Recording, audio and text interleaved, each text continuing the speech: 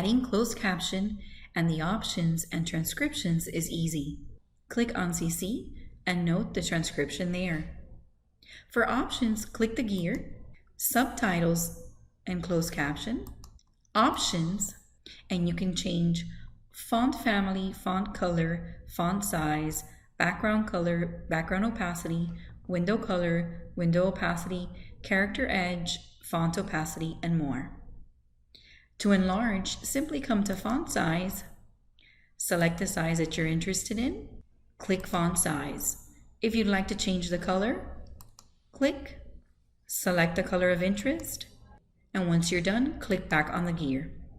To add transcription, simply on the lower right-hand side, click on the three buttons, open transcription, and you will see the transcript of what is being said on the upper right-hand side. Thank you for being a Miami member.